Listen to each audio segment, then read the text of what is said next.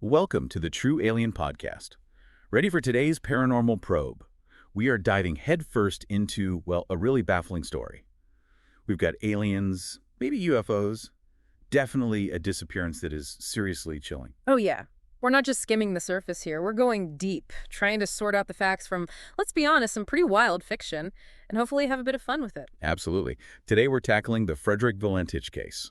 A young pilot vanished over Australia's Bass Strait way back in '78, left behind this huge mystery. And it's more than just another light in the sky. It's a complete vanishing. Plus these bizarre metallic sounds. It really makes you question things. Might alter your reality just a tad. Okay, so let's picture it. October 21st, 1978. Bass Strait, that bit of water between mainland Australia and Tasmania. Apparently, a bit of a hotspot for weird stuff. Seems like it. And Frederick Valentich, he was young, only 20, had about, 150 flight hours? Yeah, relatively inexperienced. And interestingly, he was apparently already into UFOs. Something to keep in mind. Definitely. He was flying a Cessna 182, a registration VHDSJ, from near Melbourne, heading to King Island, Tasmania. Should have been, pretty routine. Just a simple hop over the strait. Exactly. But then, around 7:06 p.m., things start to get strange. He calls up Melbourne Air Traffic Control. Steve Roby was the controller on duty. And his first question is key, isn't it? Yeah. He asks if there's any other traffic nearby below 5,000 feet. Right. And ATC comes back clear. Nope, no known traffic. But Valentich is seeing something completely different. He reports a large aircraft, sees 4 bright lights, and says it's not moving like any normal plane. Straight away, you've got this conflict, pilot's eyes versus the radar screen. That's often where these strange encounters begin, isn't it? It really is. And his description gets more detailed. He calls the object long, metallic, shiny, even mentions a green light. And the movement. He said it was moving really fast, then just stopped and hovered right above his Cessna. He actually said, and this is a direct quote, "It seems to be playing some sort of game, flying over me 2-3 times at speeds I could not identify." Playing some sort of game. That implies intent, intelligence almost, not just a random object drifting by. And speeds I could not identify.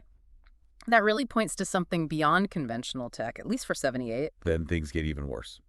He reports engine trouble, starts running rough. And you have to ask about the timing there. Is it a coincidence? Or is this thing affecting his plane? We hear that a lot in UFO reports, this vehicle interference. Totally. He keeps asking ATC about the object. Is there anything military nearby? And ATC just keeps saying, negative, no aircraft in your vicinity. You can just imagine the tension building. You really can. The transcript, the actual audio, it captures that growing unease. And then the final transmission. It's fragmented. He says, my intentions are to go to King Island. Melbourne, that strange aircraft is hovering on top of me again. A couple seconds of just open mic. Then he manages, it is hovering and it's not an aircraft. And after that, just silence? Not quite silence. 17 seconds of open microphone filled with this awful, harsh, metallic scraping sound, just grinding metal. Then, nothing. 17 seconds of that sound. What on earth could make a noise like that over an open mic from a plane? That's the million-dollar question. They've analyzed it, of course. Doesn't sound like normal radio interference. Doesn't sound like the plane breaking up in any conventional way. It's just this unexplained, deeply unsettling noise. And immediately, a huge search is launched. Air, sea, the whole works all over the Bass Strait. Massive effort. Days of searching. And they found? Absolutely nothing. Zero. No wreckage, no debris field, no oil slick, no life raft, nothing.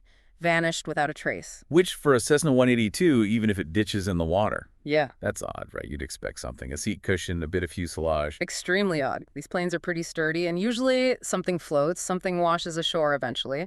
The complete lack of any physical evidence is one of the biggest mysteries here. So the official report, what did they conclude? Officially. Cause unknown. They threw out possibilities like, pilot disorientation, getting confused flying over water at night, maybe even suicide. But those explanations feel weak, especially given what he said he was seeing and hearing. Disorientation doesn't usually involve metallic scraping sounds or descriptions of shiny, hovering objects playing games. Exactly. Those official theories just don't seem to fit the actual data from his final minutes. They don't account for the described object or those final sounds.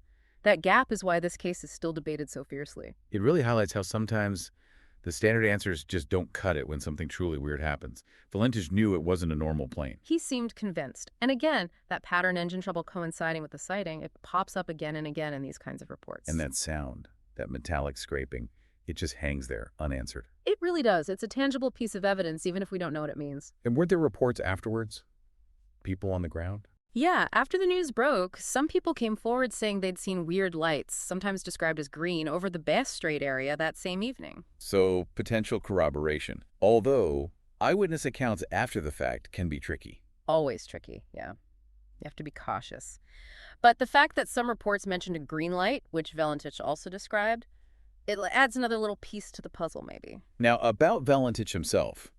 His father later confirmed Frederick was really interested in UFOs, had even claimed a prior sighting.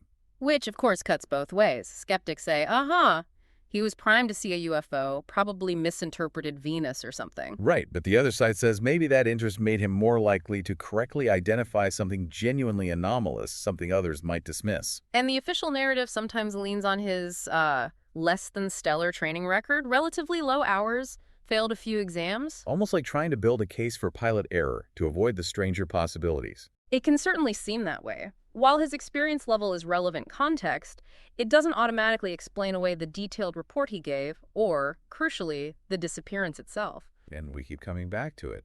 The missing plane.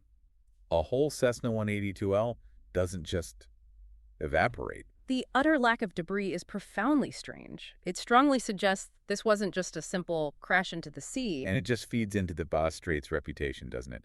As this sort of Australian Bermuda Triangle or something. It definitely adds a major data point to the lore of that area, yes. A place known for strange disappearances and phenomena. People also point to the Cold War context. 1978, lots of tension, lots of secret military projects. Could it have been some experimental aircraft? It's a possibility always worth considering. Secret prototypes, spy planes. But again, does Valentich's description, long, shiny, hovering, playing games, green light, does that neatly fit any known or even plausibly speculated military tech from that era? Doesn't seem to. Not easily, anyway. It sounds more like classic UFO descriptions. It does share many characteristics with decades of UFO reports from around the world. So here we are, decades later. Frederick Valentich and his Cessna VHDSJ still missing. The case remains wide open. For people who believe we're not alone, it's often cited as like prime evidence. It really is a cornerstone case for many in the UFO community. You have the pilot's testimony, the radar discrepancy, the reported object behavior, the physical effects on the aircraft, those bizarre sounds, and the complete lack of wreckage. It ticks a lot of boxes for high strangeness. A true paranormal probe that just leaves you scratching your head. What really happened out there over the Bass Strait? Was it tragic pilot error under weird circumstances? Some kind of bizarre targeted event? A secret test gone wrong? Or did Frederick Valentich encounter something genuinely not of this earth? That metallic scraping sound in the dark? It's the part that really gives you chills, isn't it? The last thing heard before complete silence. It's an auditory signature of the unknown, perhaps? A sound that defies easy explanation and sticks with you long after you hear about the case? This whole Valentich Vanishing Act, it's just a stark reminder of how thin the veil between the ordinary and the utterly bizarre can sometimes be. The official story just feels incomplete. It leaves far too many questions unanswered. So what do you think happened? We'd love to hear your theories. Was it disorientation, military tech, or that shiny fucker playing games, as some have colorfully put it? The debate continues, and likely will for a long time. Keep those questions coming, true alien believers. The truth, as they always say, is out there. And sometimes, it sounds an awful lot like metal scraping against metal. Until our next paranormal probe, keep your eyes on the skies and keep that mind wide open.